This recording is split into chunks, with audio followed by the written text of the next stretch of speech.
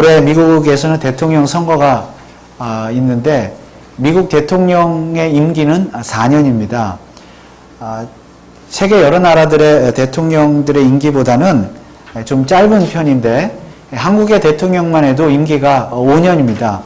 세계 각국의 대통령들의 임기를 보니까 보통 한 5년에서 7년 정도 되는 것 같습니다. 물론 독재 국가들의 지도자는 임기라는 것이 사실상 없지요. 죽을 때까지 지도자의 자리에 있는 것을 볼 수가 있습니다. 북한의 김일성만 해도 22년 동안, 무려 22년 동안, 그리고 그의 아들 김정일은 18년 동안 그 최고 지도자의 자리에 앉아 있었습니다. 자, 오늘 본문에 등장하는 이스라엘의 초대왕 사울왕은 임기가 몇 년이었습니까? 임기가 40년이었습니다. 40세의 왕이 되어서 40년 동안 왕위에 있었습니다. 물론 이스라엘에는 임기가 수십 년 되는 왕들이 굉장히 많았습니다. 그들은 대부분 죽을 때까지 왕위에 있다가 아들에게 왕위를 물려주었습니다.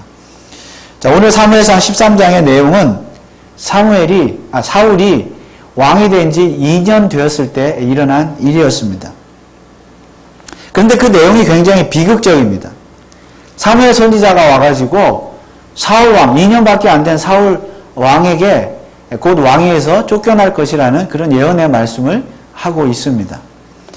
늘상 그랬듯이 이때에도 블레셋이 이스라엘을 침략해 왔습니다.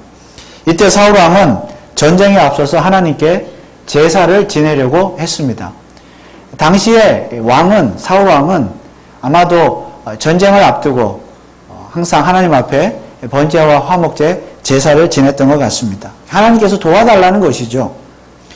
자, 그런데 제사는 누가 지내야 합니까? 제사는 제사장이 지내야 합니다. 그러니까 제사장이죠.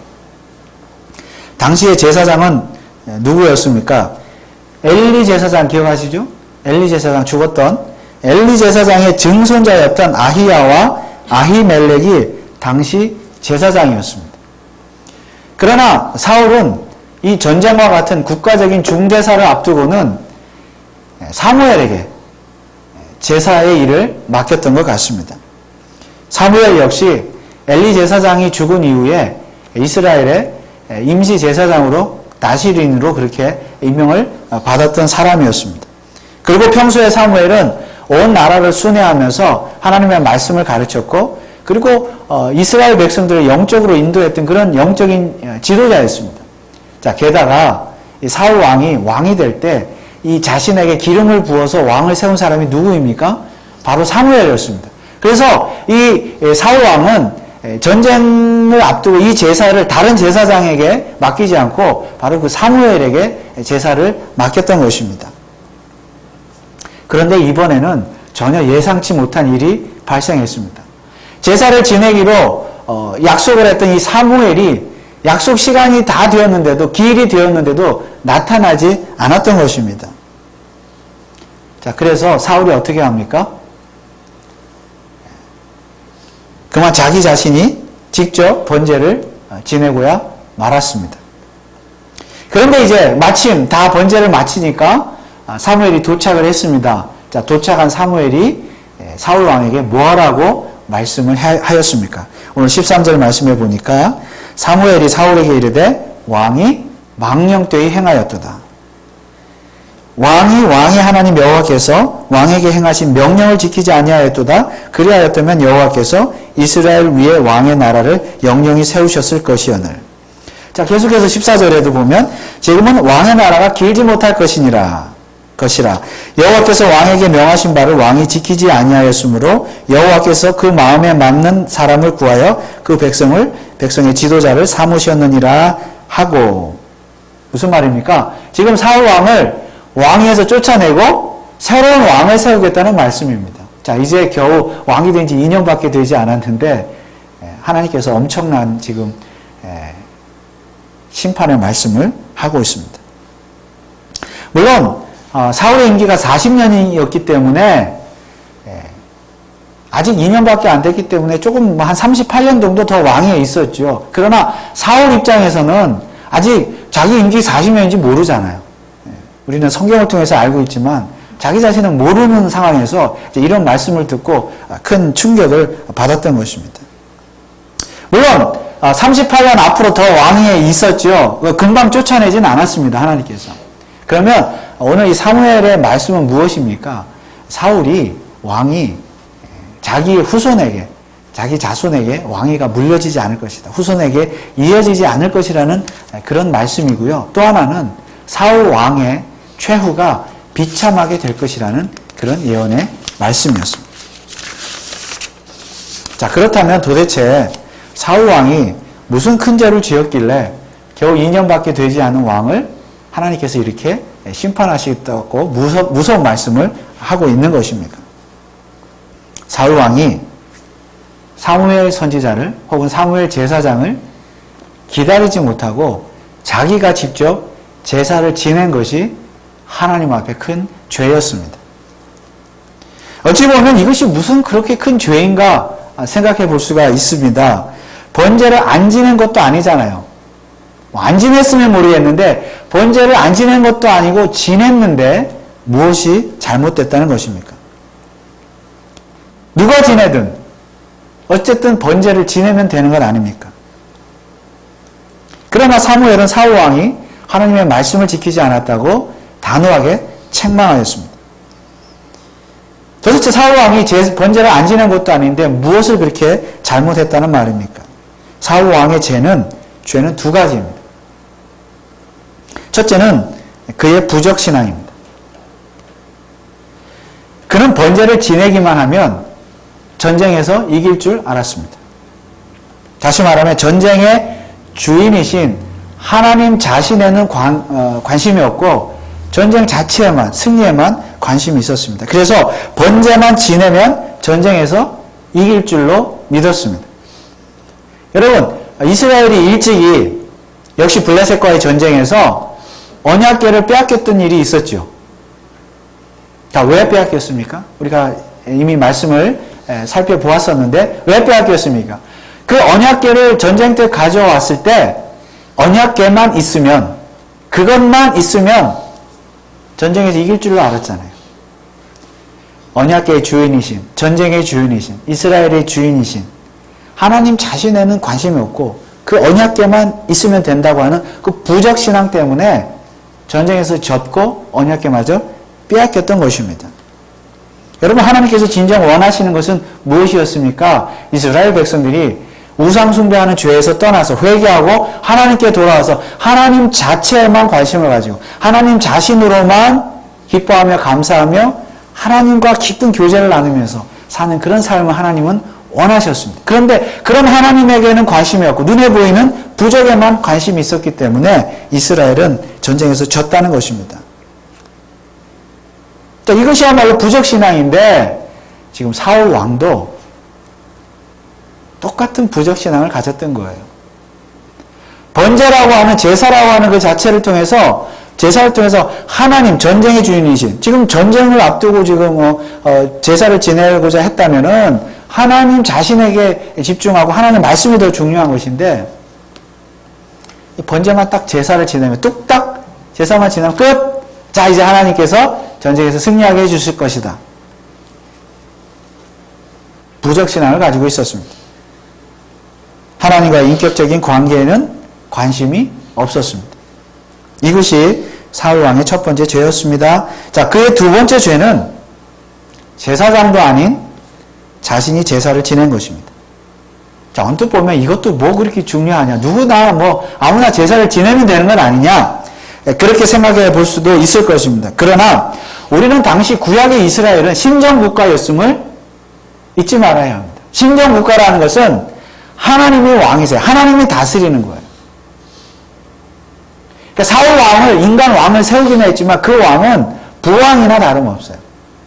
그 왕도, 인간 왕은 참 왕이신 하나님의 말씀대로 나라를 다스려야 되는 거예요. 그것이 신정국가입니다. 그래서 국가의 모든 법은 누가 정합니까? 하나님이 정하십니다. 그게 율법이잖아요. 신정국가에서.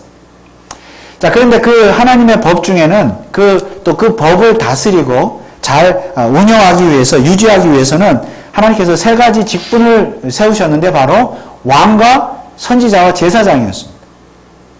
왕은 왕대로의 역할이 있었고 선지자는 선지자대로의 역할이 있고 제사장은 제사장대로의 역할이 있었습니다. 제사장은 이름 그대로 제사를 지내는 사람이에요. 다시 말하면 다른 사람이 제사를 지내면 안 된다는 거예요. 이게 법이에요. 제사장만 제사를 지내야 했습니다. 자, 그런데 사울은 자신은 적어도 한 나라의 왕이잖아요. 자, 왕쯤 되니까 내가 제사를 지내도 된다. 그렇게 생각을 했다는 것입니다. 그런데 그것이 바로 하나님 앞에 죄가 되었습니다. 하나님만이 이스라엘의 참 왕이신데 그것을 부인하는, 부정하는 꼴이 되었기 때문입니다. 바로 이러한 두 가지 죄 때문에 사울 왕은 하나님의 심판을 받게 되었습니다. 자, 그런데 사울 왕 입장에서 보면 조금 억울한 측면이 있습니다. 억울하잖아요. 왜 억울합니까? 자, 그래서 사울 왕이 억울한 자기 심정을, 자기가 제사를 직접 지낼 수밖에 없었던 이유를 사무엘에게 구구절절히 설명을 합니다. 그것이 11절과 12절 말씀이죠. 사무엘이 가로되 왕이 행한 것이 무엇이뇨? 사울이 가로되 백성은 나에게서 흩어지고 당신은 정한 날 안에 오지 아니하고 블레셋 사람은 믹마스에 모였음을 내가 보았으므로 이에 내가 이르기를 블레셋 사람은 나를 치러 길갈로 내려오겠거늘 내가 여호와께 은혜를 간구치 아니하였다 하고 못하였다 하고 부득이하여 번제를 드렸나이다. 부득이하게 번제를 드렸다. 사울이 말한 부득이한 이유는 두 가지입니다. 첫째는 이스라엘 군사들의 흩어짐입니다. 지금 쳐들어온 블레셋 군대가 굉장히 숫자가 많았어요. 숫자를 보니까 전차가 3만 대. 그리고 말을 탄 군사가 6천 명이라 그랬습니다. 그리고 그 외의 군사들이 바다에 모래같이 많았다 그랬습니다. 아마 수십만 명이 되는 것 같아요. 자, 그런데 이에 반해서 이스라엘의 군사는 고작 몇 명이었는가 하면 3천 명 뿐이었습니다.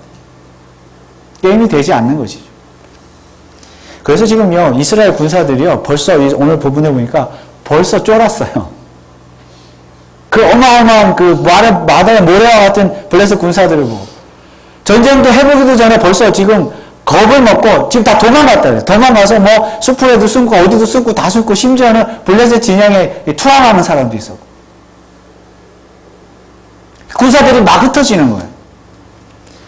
그래서 이런 상황에서 사울 왕이 어떻게 해야 됩니까? 전쟁을 치러야 되는데 번제를 먼저 이 제사를 지내야 되는데 사무엘이 오지 않고 있잖아요. 안 오잖아요. 늦고 있잖아요. 그래서 할 수 없이 자기가 제사를 지냈다는 거예요. 왜냐하면 군사들이 흩어지니까 제사라도 번제라도 지내야 흩어지는 군사들을 좀 모을 수 있고 막을 수 있고 모을 수 있고 어떤 그들에게 사기를 북돋아 줄 수 있기 때문에 그런 계기를 마련하기 위해서 사무엘은 오지 않으니까 어쩔 수 없이 내가 제사를 지냈다는 겁니다. 자, 여러분 이 사울의 이유에 대해서 어떻게 생각하십니까? 합당한 이유가 아닙니까? 타당하지 않습니까? 사울의 행동에 잘못된 게 있습니까? 자, 두 번째 사울이 말하는 이유는 이것입니다. 블레셋 군대의 공격이 임박했다는 것입니다. 지금 블레셋 군사들이 당장이라도 쳐들어오려고 하는데 지금 사울 왕이 출동 명령을 내려야 되는데 왜 명령을 못 내리고 있어요? 이 제사를 지내야 되는데 사무엘이 오지 않는 거예요. 그래서 할 수 없이 자기 자신이 부득이하게 제사를 지냈다는 것입니다. 그래야 전쟁을 할 수 있으니까. 안 그러면 지금 블레셋 군사들에 의해서 이스라엘 군사들이 다 더 도망갈 수도 있고 지금 다 죽을 판이거든요. 자, 여러분 이 두 번째 이유는 어떻습니까? 타당하지 않습니까? 뭘 잘못했다는 겁니까? 사울 왕이. 그리고 한 가지 더 이유를 말한다면 사무엘이 늦은 거예요. 누가 늦으라고 그랬습니까? 사무엘이 늦게 오지만 않았다면 이런 불상사가 일어나지 않았을 거 아닙니까? 우리 속담에 방귀 낀 놈이 썩낸다고 자기가 늦어놓고 자기가 큰 소리를 해요. 더 되려 사무엘을 사울 왕을 책망합니다.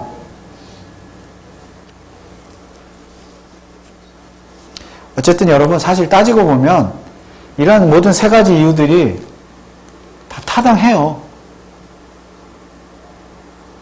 사울이 자기 자신이 직접 번제를 지낼만 했습니다. 그런데 그럼에도 불구하고 하나님께서는 그런 이유들을 용납하지 않으셨어요. 하나님께 그 이유들이 통하지 않았습니다. 자, 우리는 이제 이런 고민을 해보아야 합니다. 원칙이 중요한가? 아니면 상황이 중요한가? 여러분, 원칙이 중요합니까? 상황이 중요합니까? 만약 여러분들이 사울 왕이었다고 한다면 어떻게 했겠습니까? 사무엘을 지금 블레셋 군대들에 의해서 참 죽을 판인데 그래도 사무엘을 끝까지 기다렸겠습니까? 아니면 여러분이라도 그냥 번제를 지냈겠습니까? 이게 참 어려운 질문입니다. 아마 누구라도 이 상황에서는 사울 왕처럼 행했을 것입니다. 거기서 뭐 사무엘을 기다리는 건 바보 같은 짓이죠.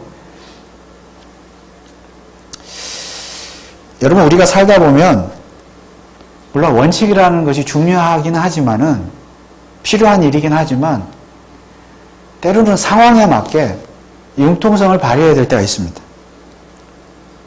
지금 사울 왕의 행동은 어찌 보면 상황에 맞는 지혜로운 융통성 있는 행동이었습니다.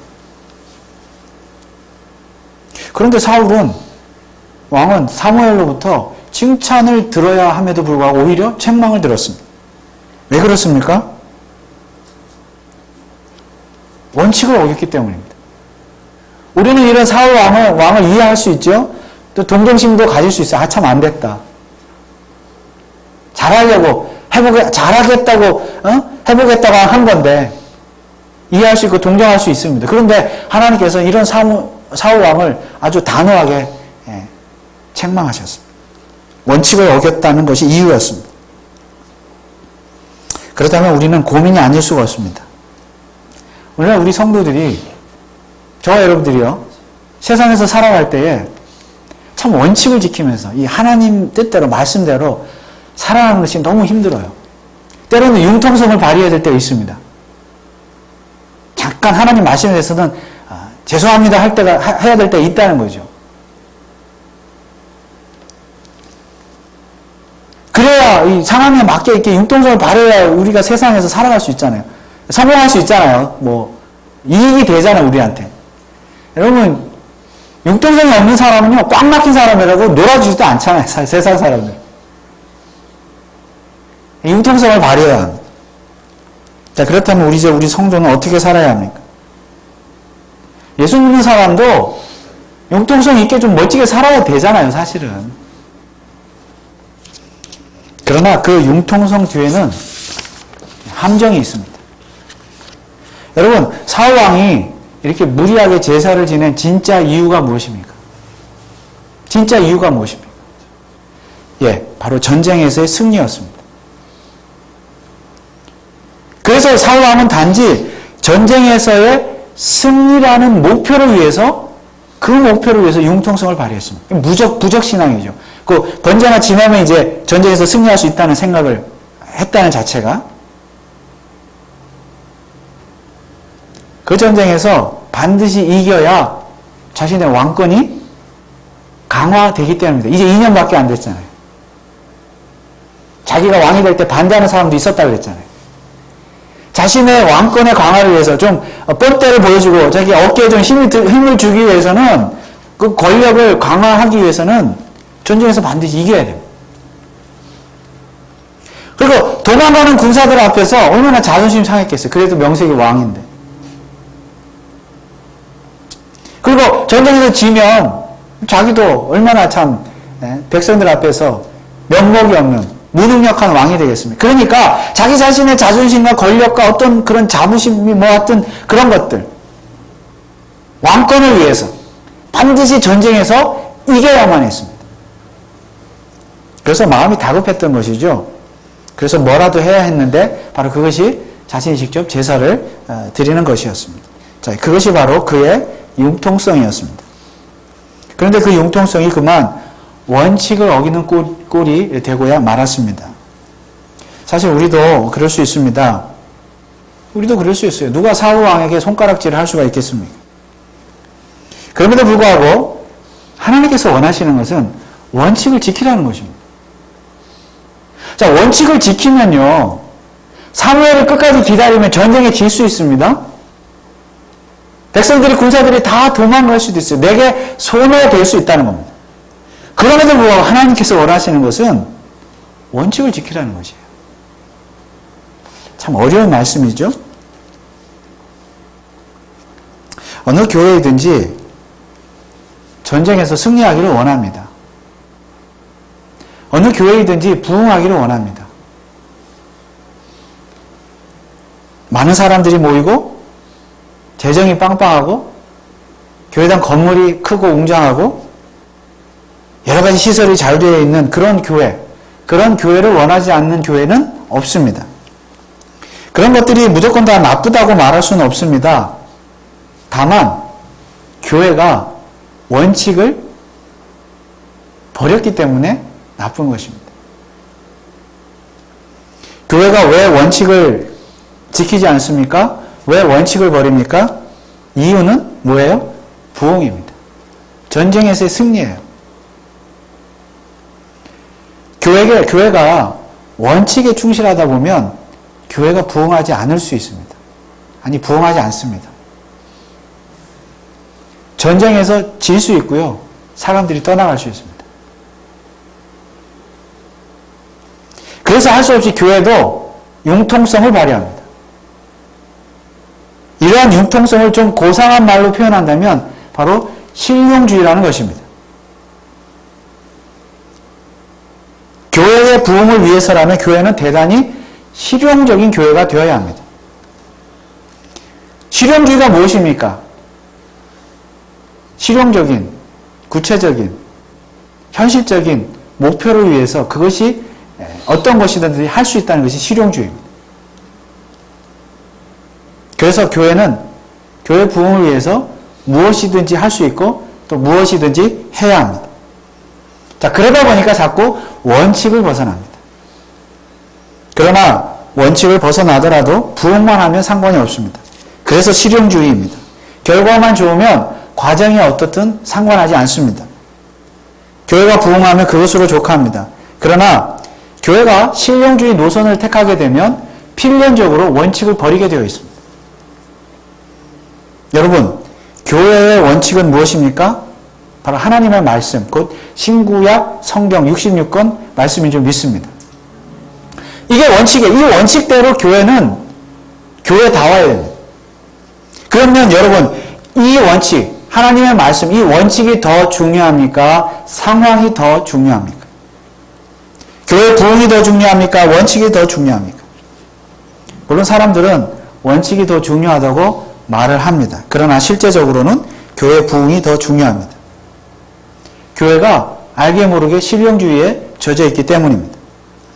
그래서 교회는 아무리 원칙인 성경 말씀, 이것이 원칙인데 성경 말씀이 하라고 해도 교회 부흥과 관련이 없으면, 교회 부흥에 도움이 되지 않으면 원칙대로 하지 않습니다. 이 원칙이 하지 말라고 하는 것도 교회 부흥을 위해서라면 하지 말라는 것도 합니다. 왜요? 교회 부흥을 위해서.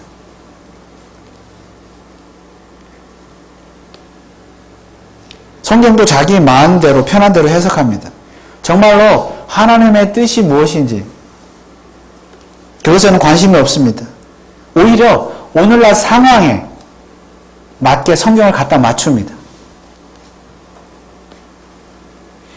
굉장히 융통성 있는 행동일 수 있습니다. 그러나 그것이 바로 실용주의입니다. 실용주의는 하나님의 뜻보다는 사람들의 뜻에 더 관심이 많습니다. 그래서 사람들을 즐겁게 해주고 그렇게 해서 교회가 부흥하기만 하면 그것이 곧 하나님의 축복이라고 믿습니다. 아무리 원칙을 버려도 어쨌든 교회가 부흥하기만 하면 아무도 시비 걸지 않습니다. 부흥 자체가 원칙입니다.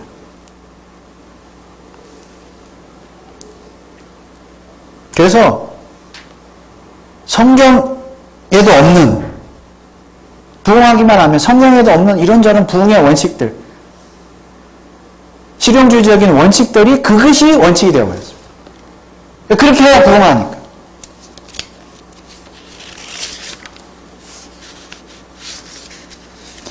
자, 그래서 하나님께서 그런 교회를 책망하십니다. 오늘 사무엘 선지자를 통해서 책망하시더니. 자, 그러면 그 책망의 소리를 듣고 깨달아야 하는데 오히려 사울 왕처럼 변명을 합니다. 어쩔 수 없었다는 거죠. 부득이하다는 거죠. 교회의 부흥을 위해서는 어쩔 수 없이 실용주의를 택할 수밖에 없었다고 변명을 합니다. 목사들부터 그렇게 변명을 합니다.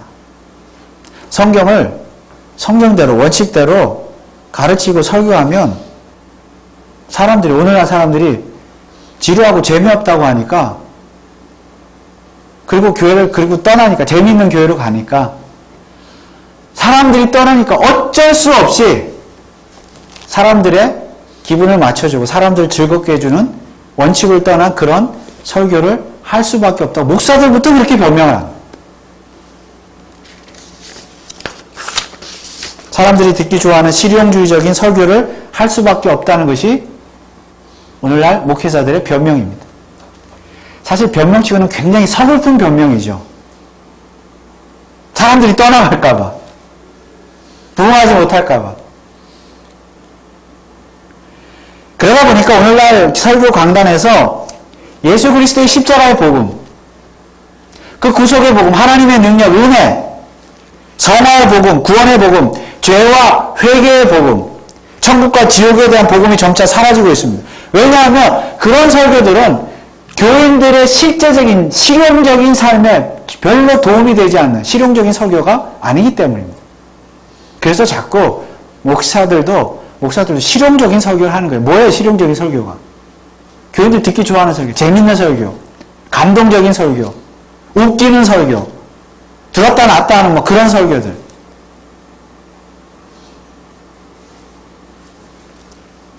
그런 설교가 좋은 설교잖아요. 죄에 대한 지적이 없습니다. 회개를 말하지 않잖아요. 천국과 지옥을 말하지 않잖아요. 그래서 교리도 없고 복음도 없는 실용주의적인 설교만 난무하는 것이 오늘날 현실입니다. 그것이 상황이에요. 교인들도 마찬가지입니다. 교회를 선택할 때 기준이 무엇입니까? 바로 실용주의입니다. 실용성입니다. 배가 건물이 크고 사람이 많이 모이고 재정이 많고 프로그램이 잘 돼 있고, 특히 자녀교육 이런 시설이 프로그램이 잘 돼 있고, 그런 이유로 교회를 선택합니다. 또 큰 교회에 가면 뭐예요? 내가 비즈니스 하는데 도움이 된다고 생각하기 때문에 고객을 많이 확보할 수 있잖아요. 굉장히 실용적이지 않습니까? 그래서 교회를 정하고, 그리고 뭐 또 사람들 만나서 놀고 밥 먹고, 교회가 완전히 무슨 사교 모임이 되어버렸습니다. 실용적이죠. 바른 교리나 복음이라는 것은 사라졌습니다. 그냥 좋은 게 좋은 것입니다. 여러분, 제사장만 제사를 지낼 수 있다 그랬는데, 이것을 또 오늘날 그러면 신약시대는 목사만 교회 일을 할 수 있느냐, 우리 지난 금요 성경 공부 때 세례에 대해서 목사만 할 수 있느냐, 뭐 그런 공부를 잠깐 나눴었죠. 목사만 할 수 있다, 구약의 제사장처럼. 이렇게 해석하는 것도 굉장히 실용주의적인 해석입니다. 물론 목사의 직분은 그것 자체로 분명 구별된 의미가 있습니다만은, 그러나 오늘 본문에서 말하고자 하는 것은 그런 의미가 아니에요. 참 제사장은 누구라는 거예요? 참 제사장만 제사를 지낼 수 있다는 것은, 이 법은, 하나님의 법은 무슨 뭐 이게 독재냐, 그게 아니라 참 제사장은 진짜 누구라는 것입니까? 예수 그리스도라는 것이에요. 예수 그리스도. 그러니까 우리가 하나님 앞에 나아갈 수 있고 우리가 하나님 앞에 구원을 받고 은혜를 받고 죄사함을 받고 하나님 앞에 나아갈 수 있는 유일한 길은 참 제사장이신 예수 그리스도밖에 없음을 믿으시기 바랍니다. 지금 그걸 보여주는 거예요. 영적으로. 왜 제사장만 제사를 지내야 되느냐. 이거 이렇게 우리가 잘못 이해를 하면요. 하나님은 복음을 잘못 이해하는 것입니다. 하나님과 인간 사이에 참 중보자는 참 제사장이신 예수 그리스도밖에 없다는 사실을 우리가 믿어야 합니다. 그렇다면 교회는 원칙이 중요하다. 원칙, 하나님 말씀인데 이 하나님 말씀이 제시하는 것이 무엇입니까? 바로 예수 그리스도입니다. 우리 중보자 되신 예수 그리스도, 십자가에 죽으신 예수 그리스도, 부활하신 예수 그리스도, 그 아들을, 그 독생자를 이 땅에 보내신 하나님. 그래서 교회는 항상 예수 그리스도 중심적이어야 되고 하나님 중심적이어야 됩니다. 복음 중심적으로 가야 되죠. 그것을 잘 설명하는 것이 교리라는 것이잖아요. 이것들이 바로 교회가 지켜야 될 원칙입니다. 그런데 오늘날 교회를 보십시오. 하나님 중심, 예수 그리스도 중심, 그렇지 않습니다. 인간 중심입니다. 말씀, 교리 이런 거 없어요. 실용주의적입니다. 한번 보십시오. 이 말의 의미가 무엇인지. 그러나 오늘 이 시대는 교회라는 것이 편하고 아름답고 크고 웅장하고 안락하고 실용적이면 대체 오케이. 좋은 교회입니다. 교회 부흥을 빌미로 그런 실용주의가 교회 안에 침투해가지고 교회를 무너뜨리고 있습니다. 예수 그리스도의 십자가의 복음과 희생은 사라지고 그저 성공과 번영과 승리, 축복만 남아버렸습니다. 부흥만 남아버렸습니다. 자, 우리 교회는 어떤 교회입니까? 우리 교회가 어떤 교회가 되기를 원하십니까? 물론 융통성이나 실용주의 자체가 다 나쁜 것은 아닙니다. 우리 교회도 좀 융통성이 있고 실용적일 필요가 있죠. 어떤 면에서는 세상에 대해서. 저 교회는 가마리아 제일장로교회는 너무 꽉 막힌 교회야. 너무 답답한 교회야.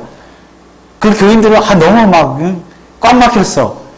이런 소리를 일부러 들을 필요는 없잖아요. 중요한 건 뭐라는 겁니까? 원칙을 버리면 안 된다는 거예요. 원칙까지 버려가면서 융통성을 발휘할 필요는 없습니다. 원칙까지 버려가면서 예수 그리스도의 복음과 십자가의 그 복음과 우리가 믿는 그 계획주의 어떤 신앙 노선, 교리, 신조 이런 것을 버려가면서까지 융통성을 발휘하고 실용주의를 택할 이유는 없습니다. 부흥을 위해서요? 차라리 사실은 사울왕이요. 사울왕 제사를 이 상황에서 지내질 않았던 것이에요.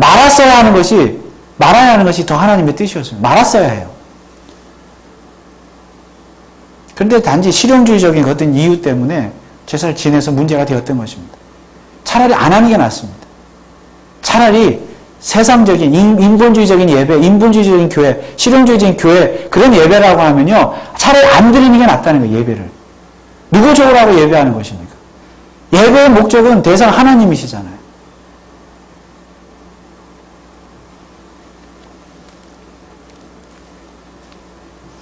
중요한 것은 원칙입니다. 단지 부흥이라는 명목 아래에 원칙을 버려서는 안 될 것입니다. 그러므로 우리 교회는 단지 어떤 세속주의적인 세상적인 어떤 목적을 위해서 그런 실용주의를 택하는 것이 아니라 그런 노선을 택하는 것이 아니라 오직 하나님의 말씀, 원칙 그것을 바르게 지켜나가고 그 원칙대로 모이고 예배하고 전도하고 선교하고 구제하고 봉사하고 성도 간에 서로 사랑하고 섬기는 그런 원칙에 충실한 그런 교회가 될 수 있기를 주님의 이름으로 축원을 드립니다.